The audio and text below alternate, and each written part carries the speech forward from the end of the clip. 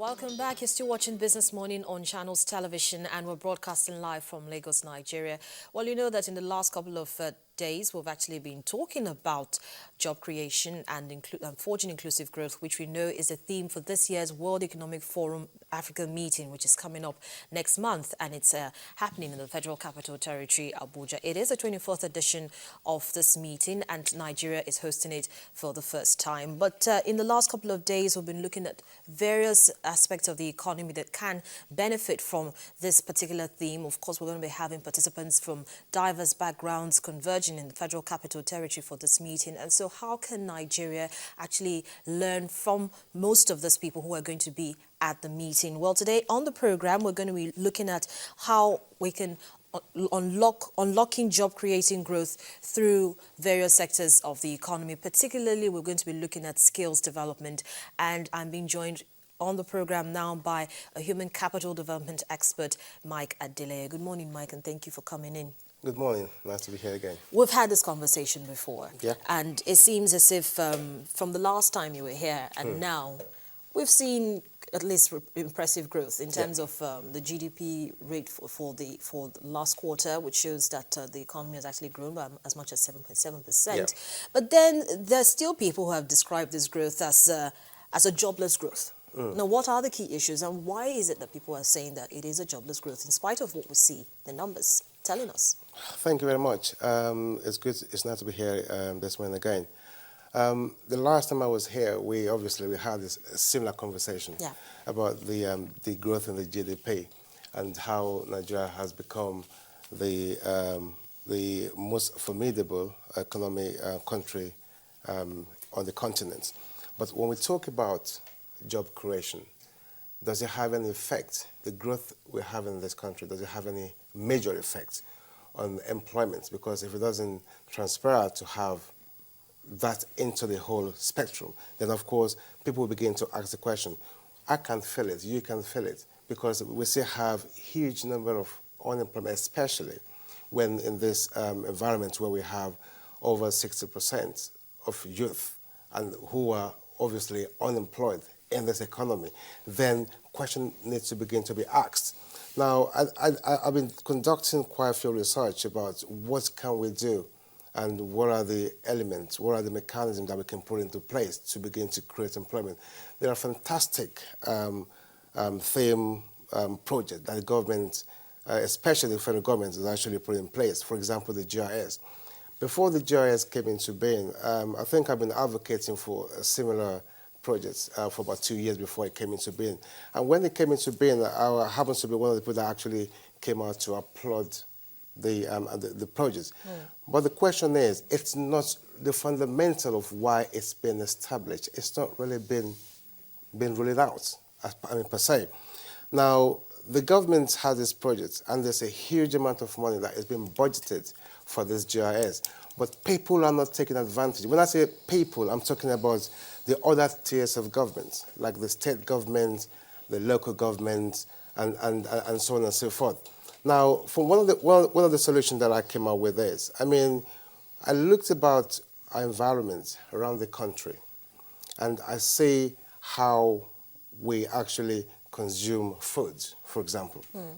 Now, you have this local restaurants, you have bars, you have hotels, but I'm telling you this, it's so scary the way those foods are being produced or are being made for we to consume.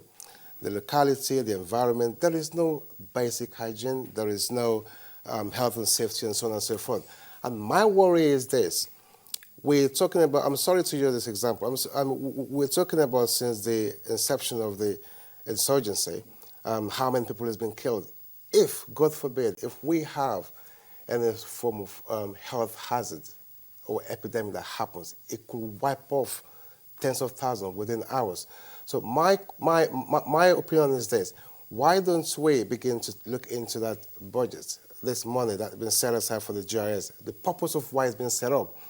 We have, for my last count, we have over 500,000 science students who studied microbiology, chemistry, biology, and so on and so forth. Why don't the government, from the local government, state government, the federal government, begin to train people, all the science people, in basic hygiene and also food hygiene, basic health and safety, and make them public health workers.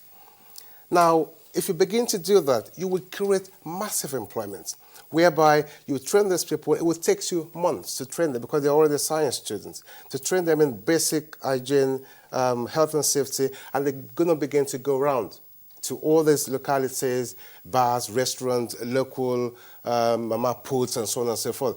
Because, I tell you why, it's going to add huge advantage to the health of because a healthy people are a healthy nation. Now, if these people goes around, begin to educate these food sellers, if you see where they cook this food, where we have drainages and all this.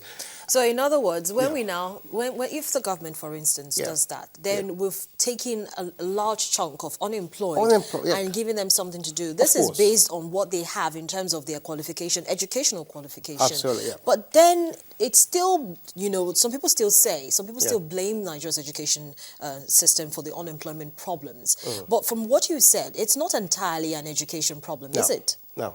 So now that we know it's not entirely an education problem, how and who should begin to look at it in such a way that it can be addressed? Because you've mentioned one aspect that can actually work for us, which is using public workers, public health workers, especially for graduates who have qualification in the sciences. With the science, basically. But then, we don't only have graduates with, science orientation. We also have graduates who have the arts, orientation, social sciences. For such ones, how or what kind of employment opportunities are there? There's so many, definitely. But then, do they have to necessarily wait for the government to do this for them, or they can get up by themselves and begin to do something?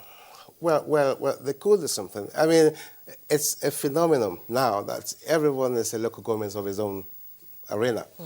Now, but what we're trying to say here is this. Somebody needs to bring that awareness into them. I can tell you, look at what happened, the last incident that happened during the immigration employment. That they only have about less than 5,000 positions to be filled. And how many people turned up? Millions turned up. Now, are you saying to me if the awareness of the GIS, the SHOP program, is well pronounced nationally, from community to local to state, well, do you think all these people wouldn't want to go and register and be on the portal of that GIS instead of going to take a gamble to see if they're going to be employed at the immigration services? Of course not. What I'm saying is the advocacy to bring this into to make it a national awareness that people should understand that it's a government program to reduce unemployment. The government are paying. If you register and an employer finds you on their register portal and take you on, the government will be paying 25,000 naira every month, which is even more than the national minimum wage.